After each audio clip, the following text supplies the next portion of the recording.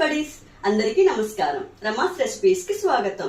ఈ రోజు మన కిచెన్ లో దిండిగల్ తలపకట్టి చికెన్ బిర్యానీ తయారీ విధానానికి కావలసిన ఇంగ్రీడియంట్స్ చూసేద్దాం రండి. మనం ఈ బిర్యానీ కోసం సీరక సాంబా బిర్యానీ రైస్ తీసుకున్నామండి. ఇది తమిళనాడులో అలా పిలుస్తారు. మన తెలుగు రాష్ట్రాల్లో అయితే దీన్ని చిట్టి ముత్యాల రైస్ అని అంటాం మనం.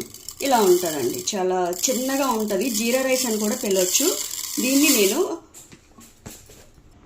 చాలా తక్కువ క్వాంటిటీలో చేస్తున్నామండి బిర్యానీ. నేను ఈ గ్లాస్తో 2 గ్లాసుల రైస్ తీసుకున్నాను. ఈ రైస్ మనం కొంచెం ఆయిల్ వేసి కలుపుకుంటామండి. దీన్ని వాటర్లో మ్యారినేట్ చేయమన్నమాట. ఆయిల్ వేసి కలిపేసి ఒక 1 అవర్ పక్కన పెట్టుకోవాలి. అలాగే రైస్ క్వాంటిటీ చాలా తక్కువగా ఉంది కాబట్టి నేను ఇక్కడ 400 గ్రామ్స్ చికెన్ తీసుకున్నాను.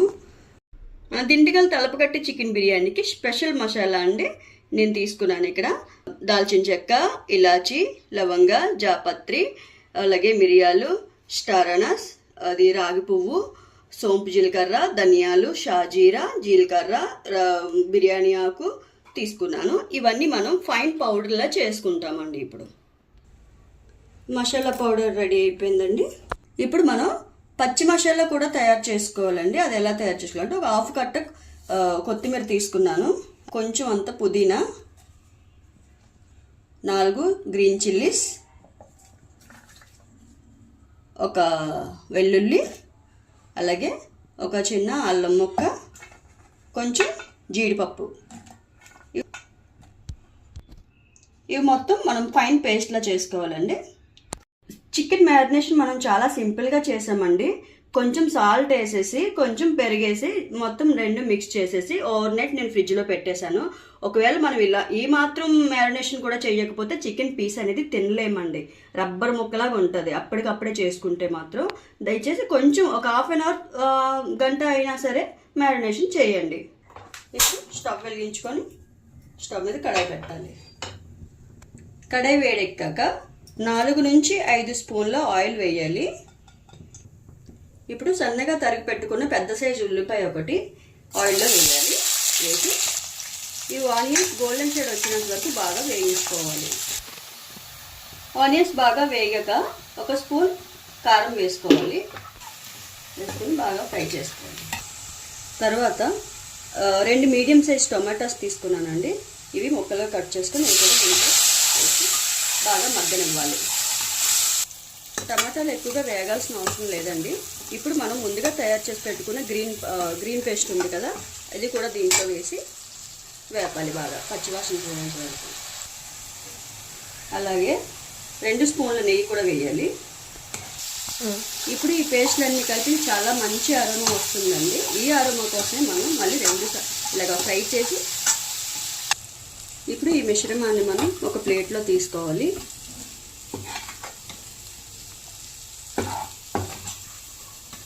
ఇప్పుడు ఈ మొత్తం మరొకసారి మనం ఫైన్ పేస్ట్లా తయారు చేసుకోవాలండి, మిక్సీ కొట్టుకోవాలి. ఇప్పుడు అదే కడాయిలో 2 స్పూన్ల నెయ్యి వేసుకోవాలి. అలాగే 3 నుంచి 4 స్పూన్ల ఆయిల్ వేసుకోవాలి. ఇప్పుడు నూనె నెయ్యి బాగా వేడెక్కిన తర్వాత సాంబార్ ఉల్లిపాయలు అండి ఇవి సాంబార్ ఉల్లిపాయలు ఒక 50 గ్రామ్స్ ఉంటాయి. 50 గ్రామ్స్ వరకు నేను తీసుకున్నాను. ఇవి మనం ఆయిల్లో వేసి బాగా ఫ్రై చేయాలి. ఇప్పుడు చికెన్ వేసి బాగా కలుపుకోవాలి.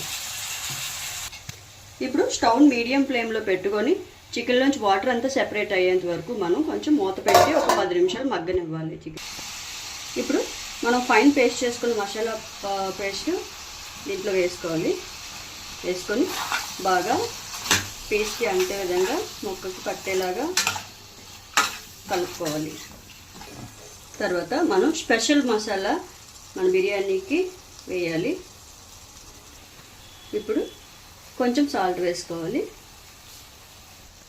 చికెన్ అలా కుక్ అవుతుంటుంటే అరోమా చాలా బాగుందండి, గుమగుమలాడుతుంది ఇల్లంతా. ఇప్పుడు మనం వాటర్ వేసుకోవాలి. 2 గ్లాసులు రైస్ తీసుకున్నాం కాబట్టి 4 గ్లాసులు వాటర్ వేస్తున్నాను. ఇంకా 1/2 గ్లాస్ ఎక్స్ట్రానే వేస్తున్నాను. 4.5 గ్లాస్ వాటర్ వేస్తున్నాను. ఇప్పుడు మూత పెట్టి వాటర్ బాయిల్ చేసుకోవాలండి. ఇప్పుడు వాటర్ బాగా బాయిల్ అయిందండి. మనం ఈ టైంలో సాల్ట్ చూసుకోవాలి, సాల్ట్ సరిపోయిందా లేదా చూసుకుందాం. తర్వాత ఇప్పుడు మన రైస్ అనేవి ఇందులో వేయాలి, వేసి బాగా కలుపుకోవాలి. కలర్ టెక్స్చర్ చూసారా ఎంత బాగుందో. బిర్యానీ ఆల్మోస్ట్ చాలా టేస్ట్ వచ్చేసింది. ఈ రైస్ని మనం ఇలా కలుపుతూ ఉడికించుకోవాలండి, దగ్గరే ఉండి వాటర్ అంతా రైస్కి ఇంకే వరకు మనం ఇలా కలుపుకుంటూ ఉండాలి. ఇప్పుడు 2 నిమ్మ చెక్కలు పిండుకోవాలి. ఇప్పుడు 2 స్పూన్ల నెయ్యి వేసుకోవాలి. బిర్యానీ అడుగు పట్టకుండా మనం కిందన అడుగు ముందు అట్ల కర్ర పెట్టుకున్నామండి. ఇప్పుడు దీన్ని ఒక 10 నిమిషాలు దమ్మించుకోవాలి, బాగా దమ్ చేసుకోవాలి. దీని మీద అరటాకు మనం ఇలా పెట్టేసి ఇలా మూత పెట్టేసి దీని మీద ఒక వెయిట్ పెట్టాలండి. నేను వెయిట్ కోసం వాటర్ పెడుతున్నానండి.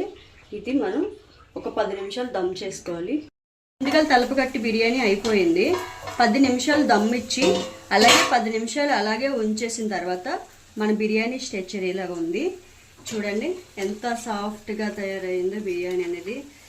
చాలా పలుకులుగా వచ్చింది, రైస్ కూడా చాలా టేస్టీగా ఉంది.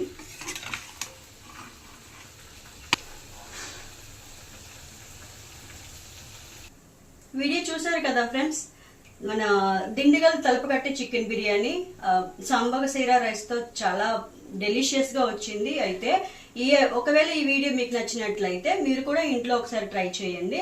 అలాగే ఎలా వచ్చిందో నాకు కామెంట్ చేయండి. మరిన్ని రెసిపీస్ కోసం రమాస్ రెసిపీస్ ఛానల్ని సబ్స్క్రైబ్ చేసుకోండి, బెల్ ఐకాన్ ప్రెస్ చేయండి. Thank you for watching. Bye.